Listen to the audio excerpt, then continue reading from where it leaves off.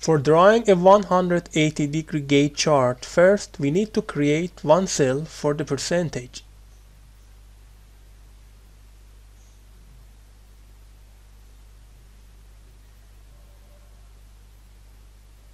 And two columns, one for hand and one for background.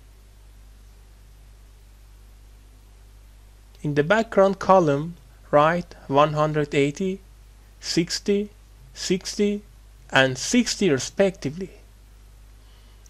Then select the background column and from the Insert ribbon select the Donut Chart.